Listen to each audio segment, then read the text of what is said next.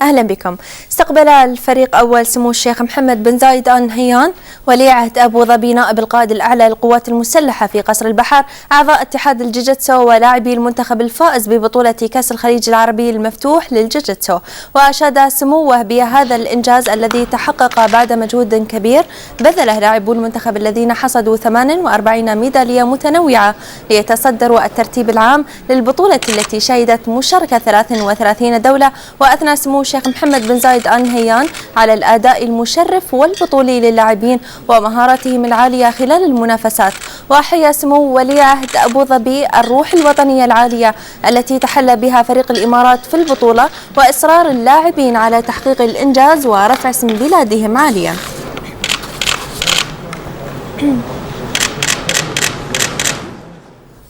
وتوجه الفريق أول سمو الشيخ محمد بن زايد آل نهيان ولي عهد أبو ظبي نائب القائد الأعلى للقوات المسلحة بحديثه للاعبي منتخب الجوجيتسو أبطال الخليج متمنيا سموه تحقيقهم مزيدا من الإنجازات. كما تبادل سمو ولي عهد أبو ظبي الحديث مع نجم البطولة أحمد سهيل بن هويد الكتبي الحائز على 4 ذهبيات بمفرده. ولكن نستثمر في النوع، في الكيفية، انتم النوع هذا اللي نستثمر فيه. بيض الله وجهكم، حظنا بكم كبير، وان شاء الله نشوفكم من نصر لنصر.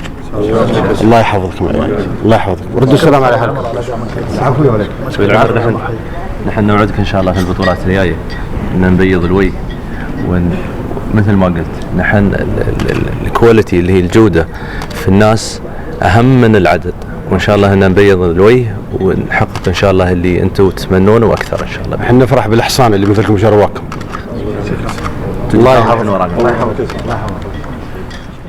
وعبر لاعبو المنتخب الأبطال عن فخرهم وسعادتهم بهذه اللفتة الكريمة، مؤكدين لسمو ولي عهد أبو ظبي مواصلة طريقهم نحو حصد المزيد من البطولات والإنجازات.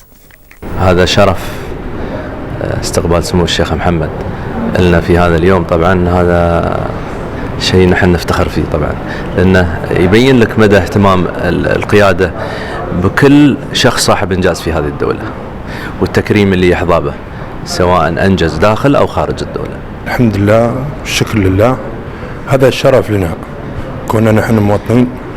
الإمارات ربتنا ونحن صغار وكبرتنا، وهذا واجب أن نخدمها ونحن كبار. كهذا الإنجاز إنجازاتنا إن شاء الله نحققها في بطولات العالم، بطولات الخارجية، هذه كدافع لنا.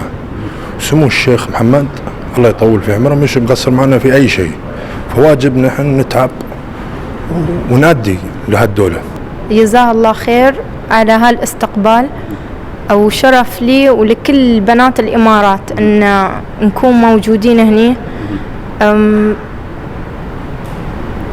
وهالاستقبال بالنسبة لي يعني أكثر من يعني شرف لي أكثر من الميداليات اللي استلمتها. الشيخ محمد بن زايد والد قبل أي شيء ثاني، وأنا أتذكر أول مرة لقيته في قصر البحر في دبي، فأتذكر إني أول ما شفته يعني أنا كنت مذهب رمسه، قلت أول ما شفته رمسه كلها تبخرت، وقلت له أنا أحبك، ما رمسه كلها راحت.